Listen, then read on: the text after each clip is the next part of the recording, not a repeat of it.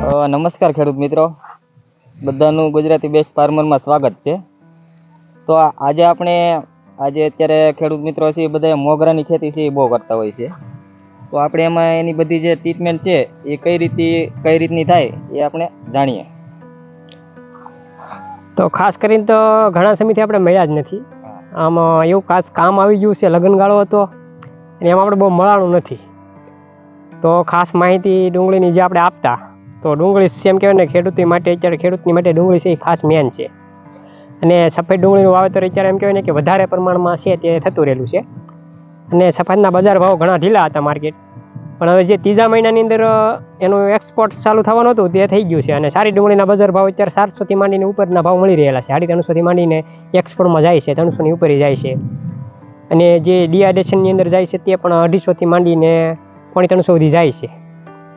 અને ખાસ કરીને જે આપણે મોગરાની ખેતીની વાત કરીએ તો આપણે એકવાર વિડીયો બનાવીને મેં કહ્યું કે જ્યારે 16 નંબર પંચગંગાનું બિયારણ છે તે આપણે તૈયાર થાય એટલે એનો વિડીયો છે તે બનાવીશું. તો આપણે જે આ 16 નંબર પંચગંગાના મોગરા છે સફેદ, જે એક્સપોર્ટની અંદર હાલે એવા છે. તો હવે આમાં આપણે શું કર્યું તે જોઈએ કે આપણે 12મા મહિનાની અંદર એમ કહેવાય ને કે આનું વાવેતર 23 તારીખે કરેલું છે. 12 ડિસેમ્બર. અને અત્યારે મોગરા છે 2 મહિનાની ઉપર થઈ ગયા છે, એટલે 70 દિવસની આજુબાજુ છે ત્યાં આ થઈ ગયા છે. અને એનું ફ્લાવરિંગ સ્ટેજ છે તે અત્યારે ફૂલ એમ કહેવાય ને કે ફ્લાવરિંગ સ્ટેજની અંદર આવી ગયા છે. અને અમુક તો બી છે તે બંધાવા લાગ્યા છે. અને અત્યારે ખાસ મોગરાની અંદર એવું બને કે આને ઝાકળનું પ્રમાણ વધારે નડે, બાકી આને બીજી કોઈ દવાની જરૂર નથી હોતી અને ઓછા ખર્ચમાં થઈ જાય. જ્યારે એમ કહેવાય ને કે ગોટા થઈ ગયા હોય ફ્લાવરિંગ સ્ટેજમાં ફૂલ એમ લાગે કે હવે ફાલ બેસી જાય, અને ત્યારે એ સમયમાં જો 2 થી 3 દિવસ ઝાકળ અડી ગયો હોય તો આનું જે આ ફૂલ છે ને એક એવું હોય છે કે ઝાકળનું બિંદુ આની ઉપર પડે. ઝાકળનું બિંદુ પડે એટલે આ બી છે એ એનું થાવા ન દે, અને ઝાકળથી બી ફૂલ છે આખું સુકારો લાગી જાય અને એ સુકાઈ જાય હાવ, અને ફૂગ લાગી જાય. આપણે એમ કહીએ કે ફૂગ લાગી ગઈ, સુકારો આવી ગયો, જીરા ટાઈપ એની ઘોડાની અંદર થઈ જતું હોય છે. પછી ઝાકળ જ્યારે પડે એટલે આ છે મોગરા નાશ થઈ જાય. જ્યારે ફ્લાવરિંગ સ્ટેજમાં હોય ત્યારે એક ખાસ ધ્યાન એ રાખવાનું હોય, આપણે પાણી પાવાની અંદર ખાસ ધ્યાન દેવાનું છે. જ્યારે ફ્લાવરિંગ સ્ટેજની અંદર ગોટા આવી જાય ત્યારે એમ લાગે કે હવે ઝાકળનું પ્રમાણ છે, ઝાકળી પવન ઉડ્યો છે એટલે ઝાકળ બેસે જ, ત્યારે એમ કહેવાય ને કે જે સાંજના સમયની અંદર આપણે દવાનો ડોઝ આપી દેવાનો છે. 5 ml સ્ટીકર આવે, જે ગુંદરિયું કહેવાય છે. એક પપની અંદર 5 થી 6 ml નાખવાનું છે. અને એની સાથે ફૂગનાશક આપણે વાપરીએ છીએ.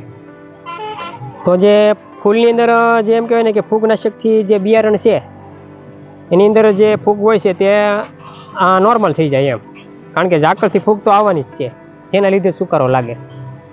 તો હવે આપવાથી એમ કહેવાય ને કે જે સુકારો છે એ એકદમ ઓછો પડે, અને ઝાકળ છે તે બેસવા ન કરે.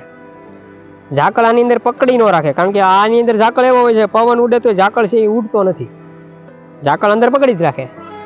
પણ હવે એના માટે શું કરવું પડે કે આપણે જ્યારે સ્પ્રે આપી દીધો હોય 6 ml નાખીને ગુંદરિયાનો, અને સાથે ફૂગનાશક એક્ઝાકોનાઝોલ 5% લેવાનું, સસ્તામાં સસ્તું 30 ml નાખી દેવાનું.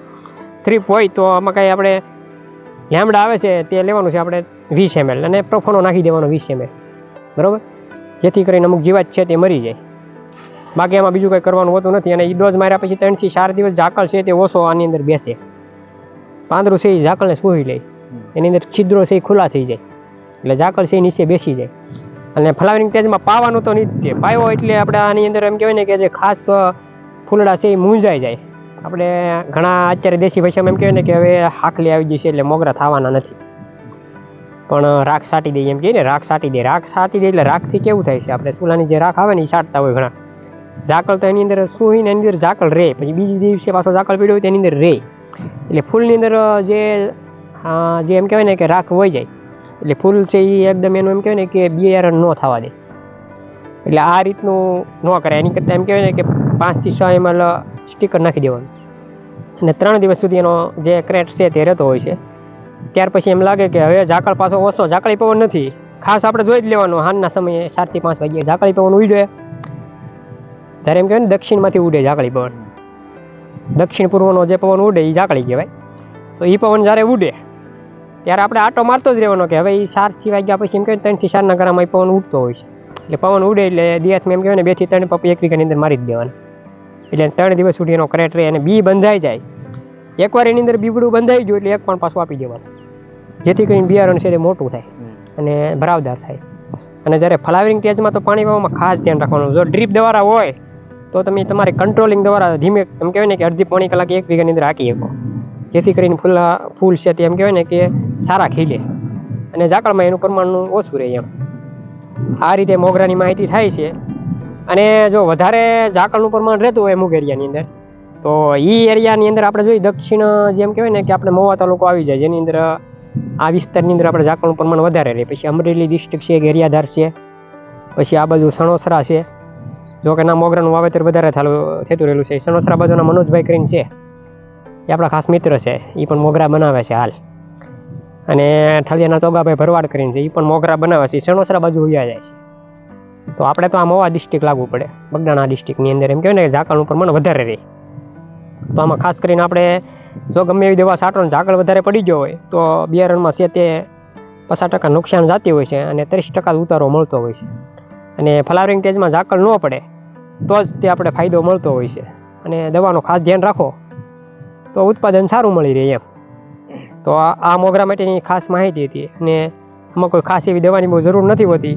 આપણે જે બતાવી એ પ્રમાણે નોર્મલ ડોઝ છે તે મારવાના હોય છે, બાકી બીજું આમાં કાંઈ કરવાનું હોતું નથી. અને ખાસ પાણી આપવાનું ધ્યાન રાખવાનું. જ્યારે ફ્લાવરિંગ તેજ આવી જાય, ફૂલે ફૂલ ગોટા થઈ જાય ત્યારે પાણી નહીં આપવાનું, એનું ખાસ ધ્યાન રાખવાનું. આપવાનું પછી ઝાકળના પ્રમાણ જોઈ, ઝાકળ પવન જોઈ અને એ આપણે ખાસ ધ્યાન રાખવાનું.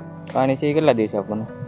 પાણી જો કે આને પાણી ફૂલે ફૂલ કારે પાવાનું કે જ્યારે એનું જ્યારે ફૂમકું નીકળતું હોય છે, ફૂમકું જ્યારે ખીલી અને આમ એમ લાગે કે હવે ફ્લાવરિંગ સ્ટેજની અંદર આવી જાય, ફૂલ અંદર ખીલી જાય. જે આ ગોટો છે આપણે આગળ વિડીયોમાં બતાવીશું, આ ગોટાની અંદર ફૂલ કઈ રીતના ખીલે, બરાબર. એ ફૂલ જ્યારે ખીલે એ ટાઈમમાં આવી જાય ત્યારે પાણી આપવાનું ઓછું રાખવાનું. એ પહેલાં એને પાણી આપણે પાઈ જ રાખવાનું, બહુ તાણ નહીં આપવાની, જેથી કરીને એનું ફૂમકું મોટું થાય, ખીલે, બરાબર. અને બીજું કાંઈ આમાં ખાસ હોતું નથી. ત્યારે એ સમયમાં આપણે પાણીની તાણ છે ઓછી આપવાની અને પછી જ ખાસ ધ્યાન રાખવાનું ફ્લાવરિંગ સ્ટેજમાં પાણી આપવામાં. હા, આપણે મોગરાની માહિતી ખાસ. બસ આજના વિડીયોમાં એટલું. અને હવે એક આગળ વિડીયો બીજો બનાવવાના છે. ટૂંક સમયમાં આપણે ભીંડાનું વાવેતર થતું રહેલું છે કે નહીં, ભીંડા વિશે પણ એક વિડીયો બનાવીશું અલગથી. અને ભીંડાની સિંગોની અંદર લાલ થવાનું પ્રમાણ રહેતો હોય ઉનાળાની અંદર, તો એક વિડીયો અલગથી બનાવીશું જેના માટે ખાસ. મળીએ બીજા વિડીયોમાં.